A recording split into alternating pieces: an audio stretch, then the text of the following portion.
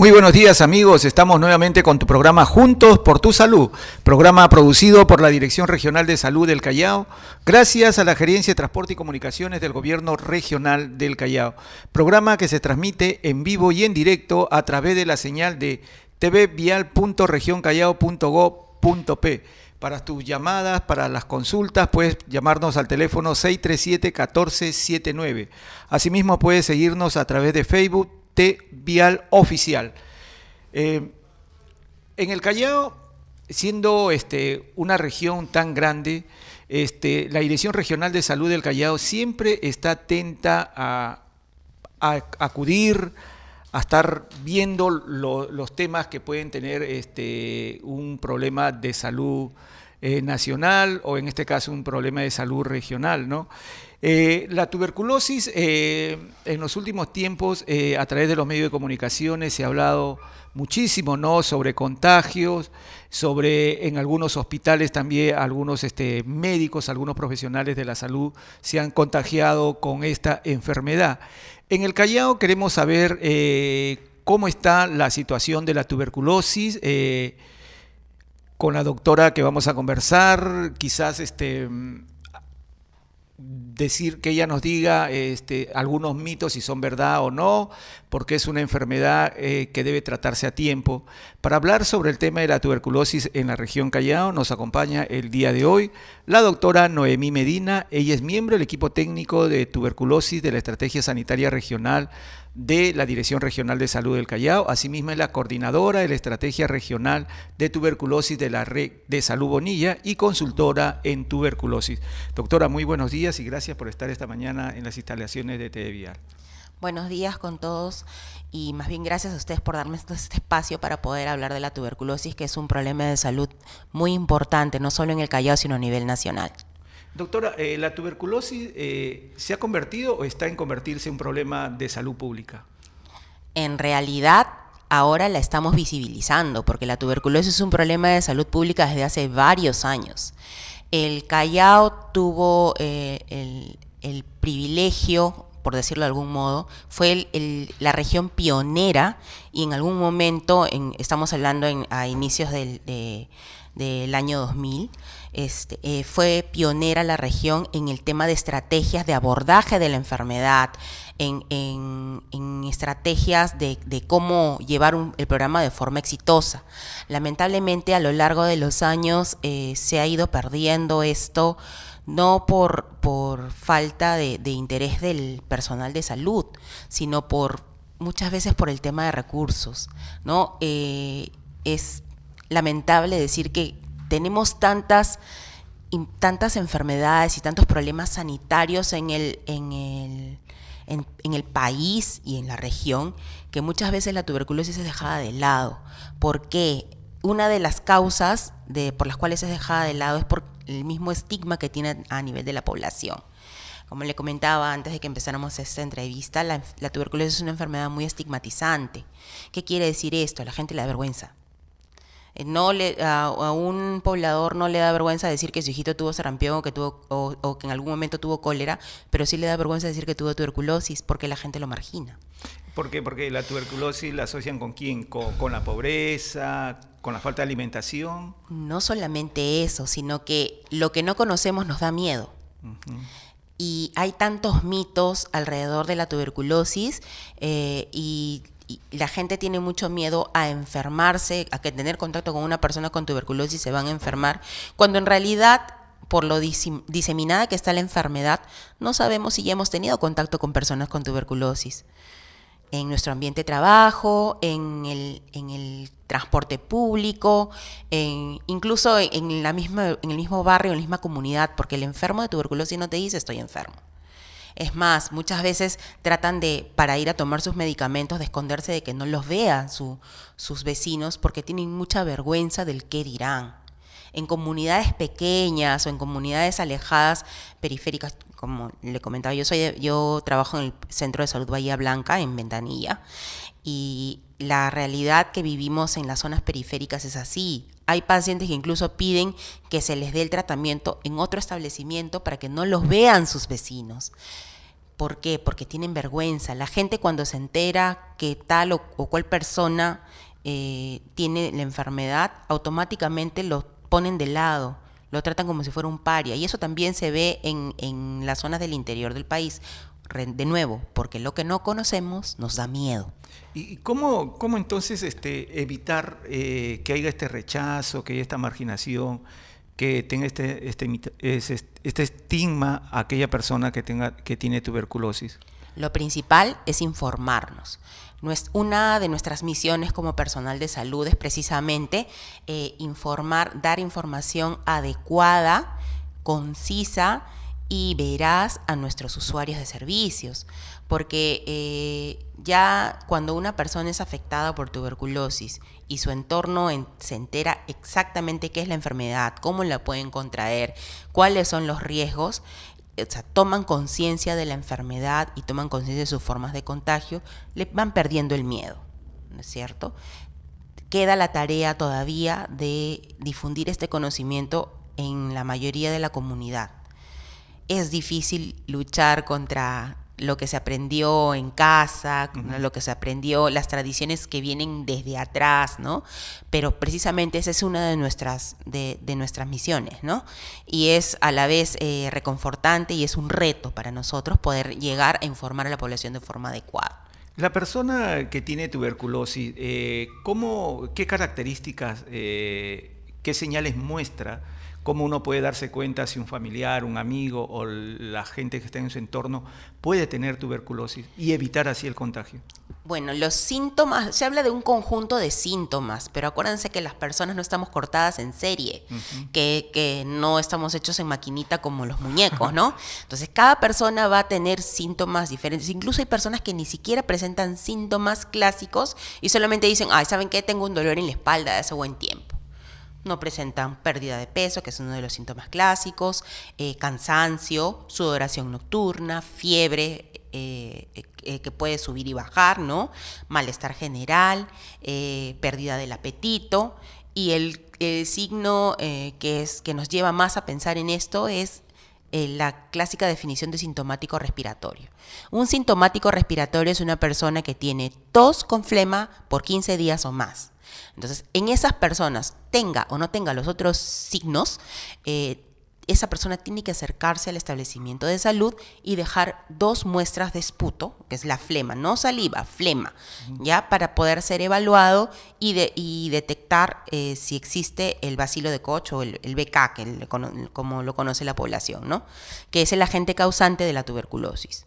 Ojo, que salga un BK negativo o 2 BK negativos no quiere decir que el paciente no tenga tuberculosis, porque existe tuberculosis con esputo negativo. Que salga el esputo negativo y el paciente tenga tuberculosis solo quiere decir que es la cantidad de bacilos o de bacterias que bota en el esputo es pequeñita, no que no hay. Por eso es que no solamente se hace la baciloscopía, se hace también un cultivo. Todo esto se hace en los centros de salud. Los centros de salud de la Direza Callao están acondicionados. Hay un lugar específico donde la persona que tiene tuberculosis o presenta los síntomas puede ir, donde lo puedan tratar. ¿Está aislado? ¿Cómo es? Los 45 establecimientos de salud de la Direza Callao, repartidos en 3 redes, tienen un espacio que es el programa de control de tuberculosis. Dentro de este programa de control de tuberculosis, no solo los pacientes reciben su tratamiento, sino también se hace la captación del sintomático respiratorio, que es una de las principales estrategias para poder detectar a tiempo la enfermedad. Y hay las personas que quizás tienen tuberculosis pensarán que esto es un costo muy alto, que no tienen dinero, que no pueden ir porque simplemente solamente el hecho de ir y pagar la consulta, muchas veces las personas de extrema pobreza no lo tienen. ¿Este es un tratamiento que cuesta o es un tratamiento gratuito que le da la Direza Callao? A nivel nacional, el tratamiento de tuberculosis, sea sensible, resistente, extremadamente resistente, los exámenes de control y las evaluaciones por los diferentes especialistas, porque el tratamiento de tuberculosis es un tratamiento integral, multisectorial y que es un trabajo interdisciplinario. El paciente con tuberculosis es evaluado por nutrición, porque la alimentación y la nutrición es una herramienta importante para lograr la recuperación del paciente. De nada sirve que el paciente tome su medicamento si no se alimenta bien. Psicología, porque el impacto de la enfermedad es grande y tiene que ser el especialista, el psicólogo nos ayuda a que el paciente pueda lidiar con la carga que supone tener esta enfermedad y tener que descansar durante por lo menos los 2 primeros meses, ¿no? El impacto que tiene la marginación, como le comenté, todo eso son cosas, y el impacto que puede tener en la dinámica familiar, todo eso lo maneja el personal de psicología. Por otro lado, para las mujeres en edad fértil, tienen que ser evaluadas por el personal de obstetricia para garantizar su método anticonceptivo, porque no deben embarazarse cuando están con la enfermedad y recibiendo tratamiento, es lo ideal, ¿no? Para garantizar tanto la salud de ella como de su futuro producto. El entorno familiar, si en una familia, en el centro de salud, detectan que tiene tuberculosis, el entorno familiar, la familia, ¿también tiene que ir al centro de salud? Claro que sí, es muy importante, acuérdense. Como cualquier otra enfermedad contagiosa e infecciosa, la tuberculosis se puede contagiar. Y una de las principales formas para evitar el contagio es tener medidas de protección a nivel del hogar, que nosotros le denominamos medidas de control de infección tuberculosa en el domicilio. Los espacios tienen que estar ventilados, garantizar que el paciente tenga un ambiente en el cual pueda desenvolverse, tiene que usar protección respiratoria, o sea, su mascarillita simple de 3 pliegues para disminuir al máximo la eliminación de bacilos, y los familiares tienen que evaluarse. La evaluación de los contactos también es gratuita, igual que el tratamiento y el control de los pacientes. El contacto del paciente no solo se evalúa una vez, se evalúa si el paciente recibe tratamiento sensible, que es 6 meses, son 3 controles que tiene que hacerse. Al inicio del tratamiento de su paciente, a los 2 meses y al alta del paciente. Y en el caso de pacientes con tuberculosis resistente, son 6 controles cada 3 meses. Todo esto es totalmente gratuito. Totalmente gratis. Doctora, ¿cuál es un paciente con tuberculosis? ¿Cuánto tiempo dura su curación? ¿Y qué tipo de medicamentos son los que recibe por parte del sector salud? Depende del tipo de tuberculosis que tenga, porque como le comentaba hace un ratito, la tuberculosis puede ser de varios tipos según el nivel de resistencia que tenga la bacteria. ¿Qué es la resistencia? ¿Hay niveles? Sí. ¿Qué es la resistencia bacteriana? La resistencia bacteriana, así en criollo, es el grado de sensibilidad. O sea, si la bacteria X, en este caso la bacteria de la tuberculosis, va a morir con determinados antibióticos o es resistente a estos antibióticos. Entonces, al inicio, el esquema clásico tradicional de tratamiento de la tuberculosis está constituido por 4 medicamentos, que son la isoniazida, la rifampicina, la etambutol y la piracinamida. ¿Ya?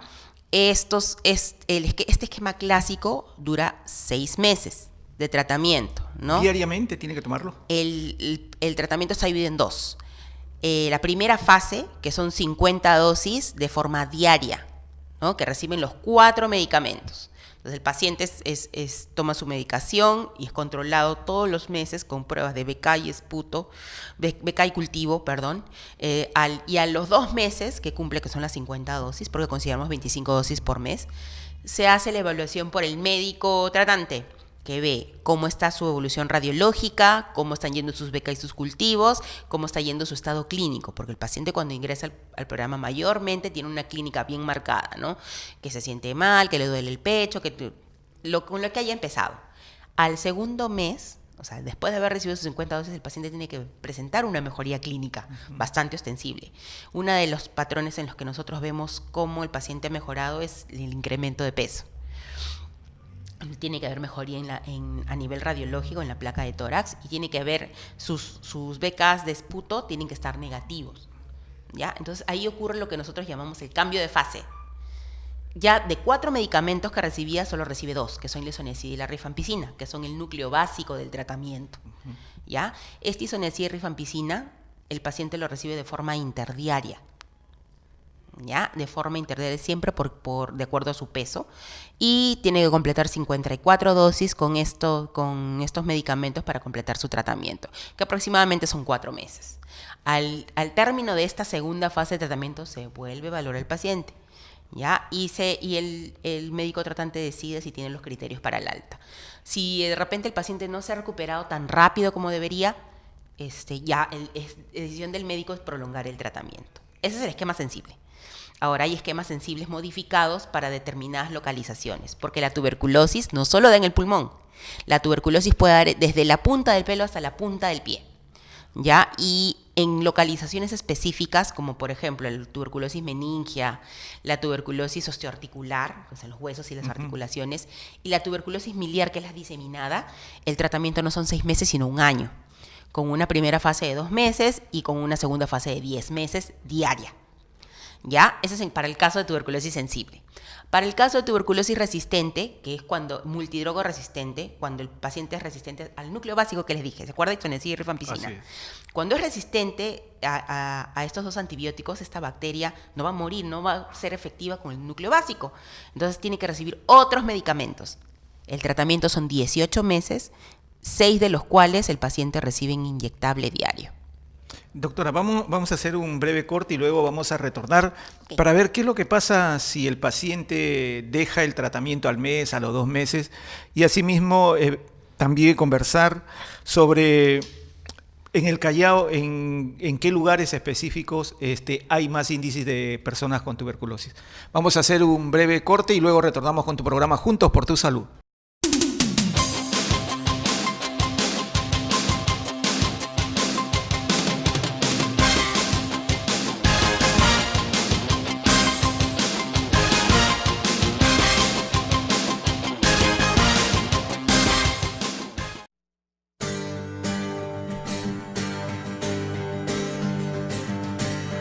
Bueno, nunca suelo dar consejos, pero lo que sí suelo hacer es preguntarte a ti, joven, ¿no? Chica o chico, si tú crees que estás haciendo lo que debes hacer para mejorar nuestro país.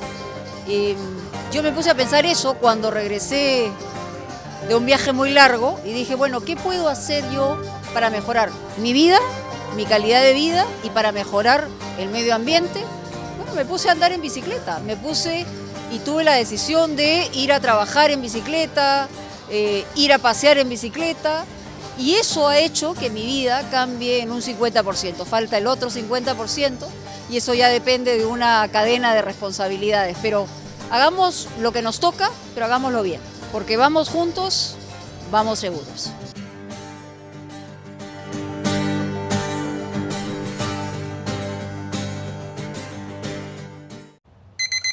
Strike up the music, the band has begun. The Pennsylvania polka. It's got partners, fun. Strike up the music, the band has begun. The Pennsylvania polka. Strike up the music, the band has begun. The Pennsylvania polka. Strike up the music, the band has begun. ¿Todos los días el mismo día?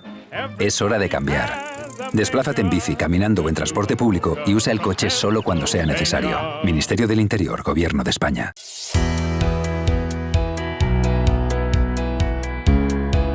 Hola, soy Coraima Gómez, jugadora de la Selección Nacional. Para ganar hay que conocer al oponente y estudiarlo. De la misma manera, para usar las vías, también debemos conocer las normas de tránsito, para evitar accidentes. Por eso, vamos juntos, vamos seguros.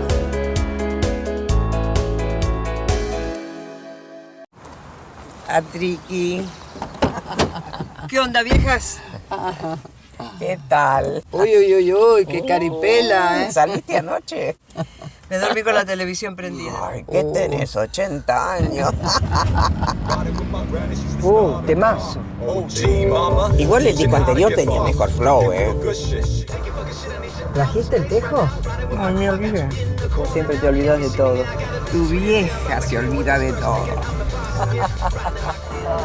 ¿Te fijas vos que estoy manejando? Bueno, Upa, ¿qué tenés acá? Si la máxima es 80. Déjalo, es un loquito. La próxima paremos que no puedo retener más.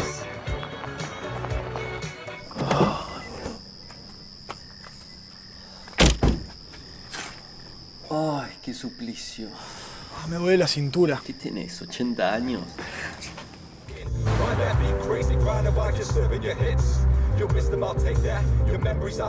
Si vas a roncar, te pasas para atrás, ¿eh?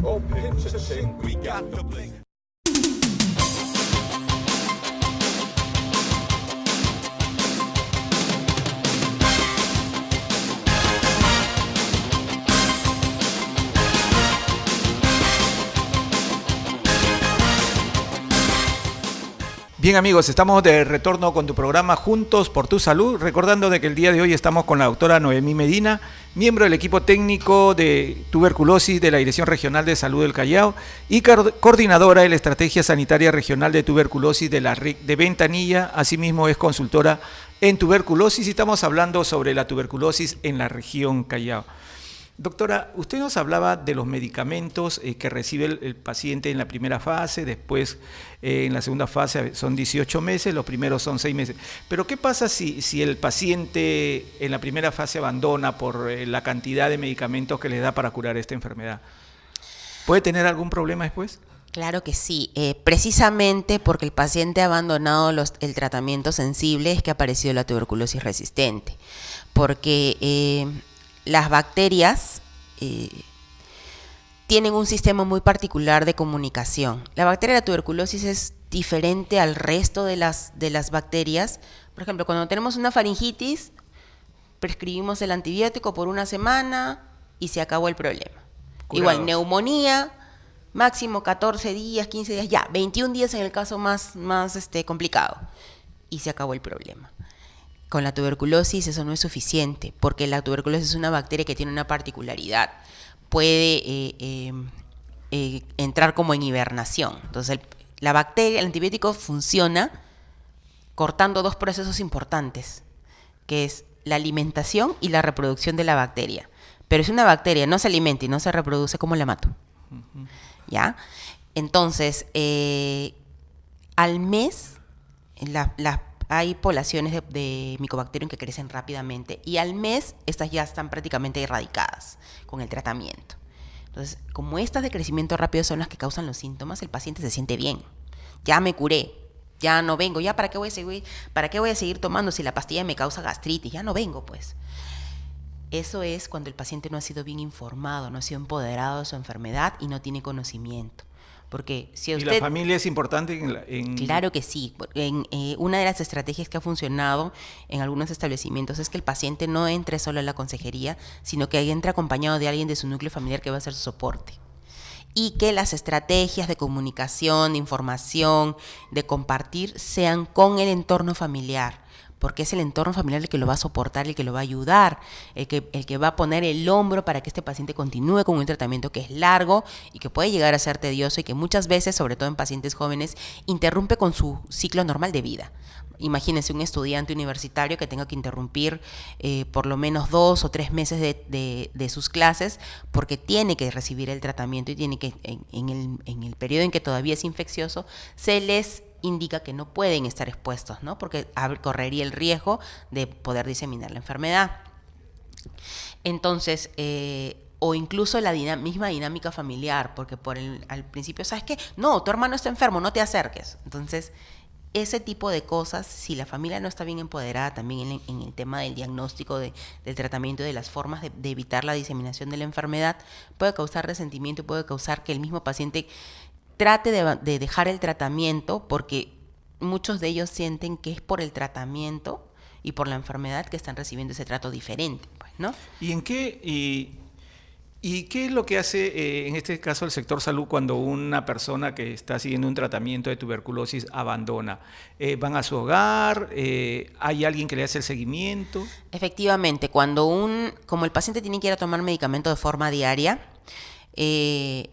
si el paciente no se presentó en el día, El personal de salud lo que tiene que ir a hacer es buscar al paciente, porque una de las primeras estrategias que se hace cuando se detecta un caso es hacer la visita domiciliaria para, 1, ver que el paciente pertenece a la jurisdicción del establecimiento y 2, para asegurarnos que viva ahí, que esté ahí, porque hay muchas intervenciones que son, como le digo, a nivel domiciliario, a nivel del entorno familiar. Entonces, cuando el paciente abandona, se le va y se le busca en el domicilio.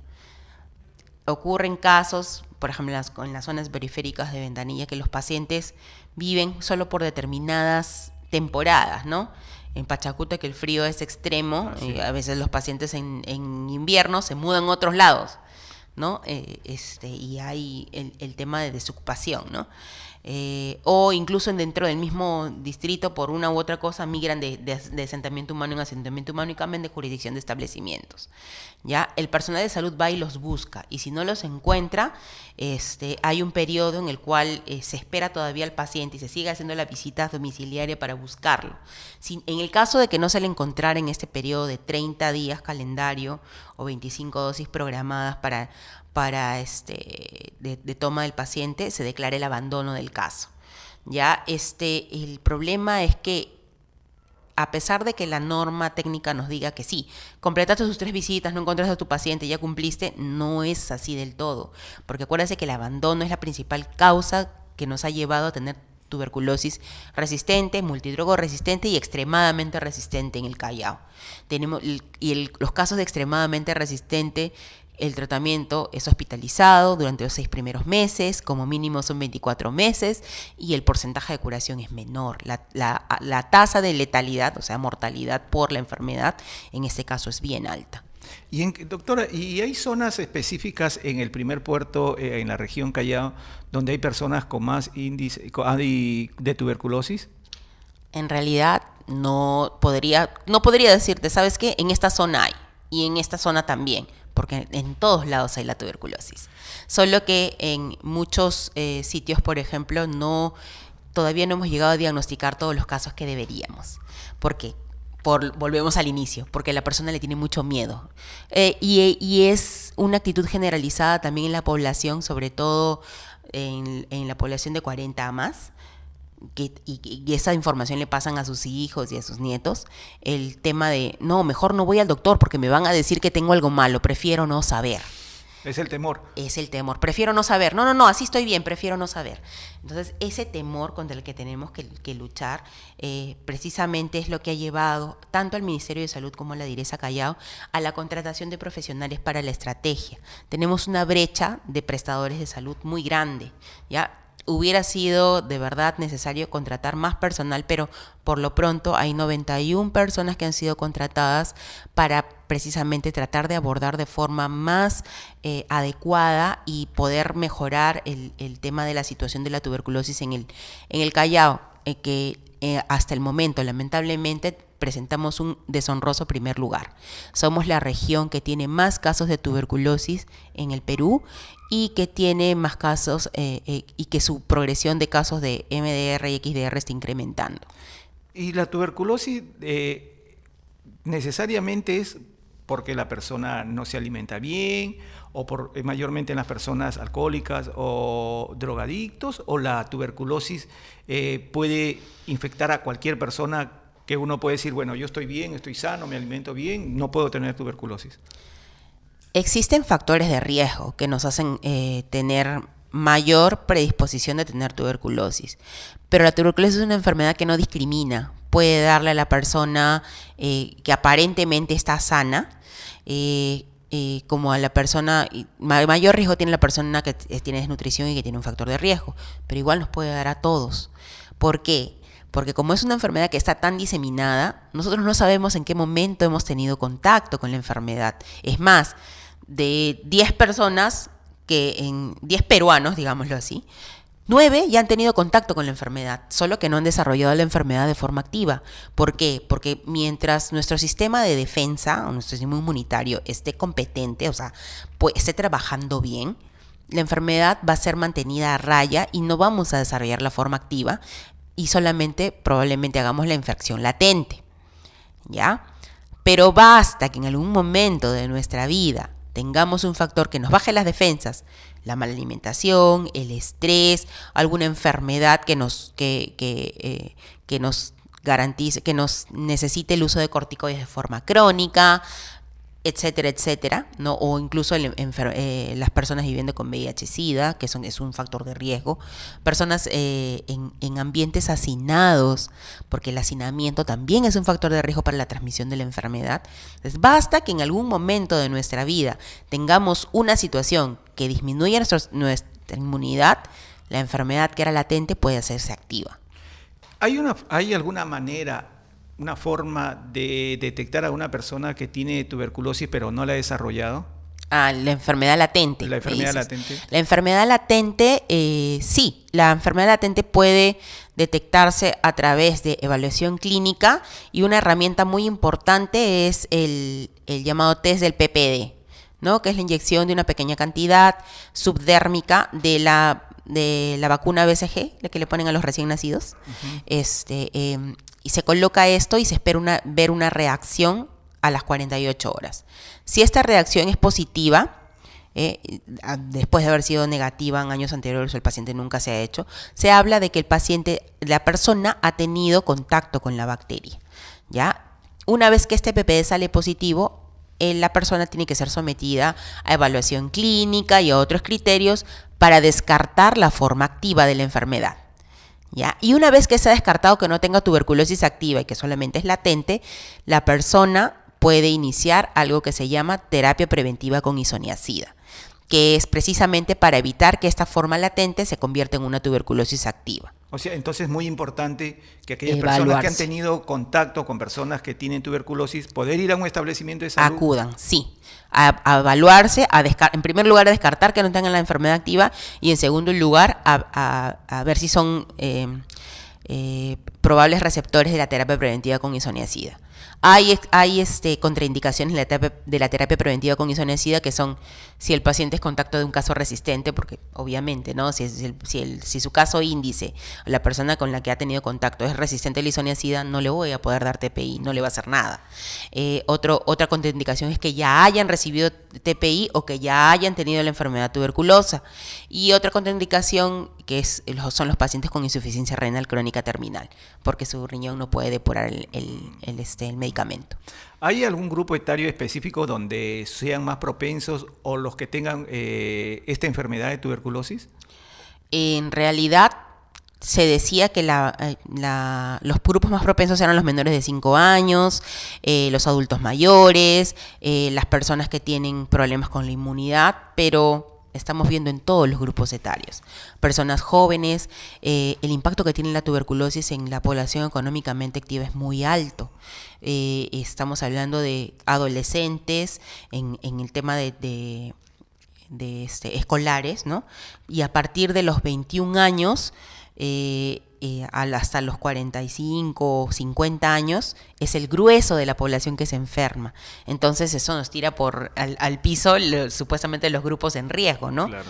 La tuberculosis es una enfermedad cosmopolita, no discrimina, en cualquier grupo etario. Es más, una de las estrategias, de las medidas que se tomaba era proteger con la terapia preventiva con isoniazida a los niños menores de 5 años, porque son la población más vulnerable. No es tan así, no son solamente ellos. Según la información difundida por la red de tuberculosis pediátrica en marzo de este año, a propósito de la conmemoración del Día Mundial de Lucha contra la Tuberculosis, es que precisamente a nivel pediátrico las formas más graves las hacen los pacientes de 5 a 19 años, porque se los pasa por alto, pues, y porque tienen la particularidad de que están en grupos que no estamos abordando, como las escuelas, por ejemplo.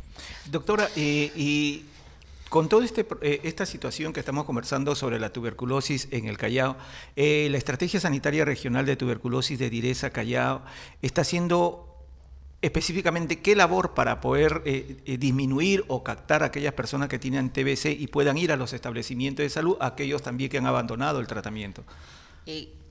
Una de las primeras estrategias que se ha logrado, y es un logro de la estrategia, porque de verdad lograr que se destine presupuesto exclusivo para tuberculosis y que se respete este presupuesto ha sido uno de los logros importantes de la estrategia. Es precisamente tratar de cubrir en algo la brecha del personal del recurso humano. Todos sabemos que una de las principales falencias que tenemos a nivel nacional en el sector salud es la brecha de recurso humano. Así es.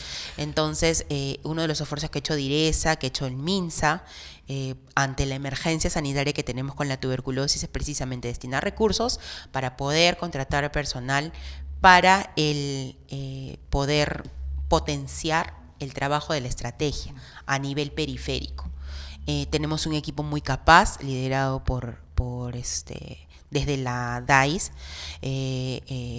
y con la coordinadora, la doctora Janet Picoy, que está coordinando completamente. Justo en este momento tenemos una reunión con las coordinadoras de las 3 redes y con el personal de digitación, porque una de las cosas más importantes que tenemos que hacer es plasmar todo lo que se está trabajando en un sistema de información, que es el Sistema de Información Gerencial SICTEBE. ¿Por qué es tan importante la información, dirán? Porque de acuerdo a la información que nosotros tengamos, eso nos va a permitir tomar decisiones. Las mejores decisiones se hacen a través de la gestión de la información que tengamos. Entonces, al aumentar el recurso humano, lo que se busca es lograr las 3 estrategias para la erradicación de la tuberculosis. 1, el diagnóstico temprano. 2, el tratamiento oportuno. Y 3, el tratamiento de la tuberculosis latente. Todo esto que hace la estrategia, ¿qué podría usted recomendarle al público? ¿Qué debe priorizar? ¿Qué debe hacer?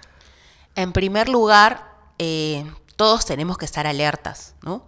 El sintomático respiratorio es bien fácil de poder detectar, ¿no? Una persona que tenga tos con flema por más de 15 días debe acudir al establecimiento de salud a tomarse sus pruebas. Su prueba de esputo, que es completamente gratis y el resultado es completamente confidencial.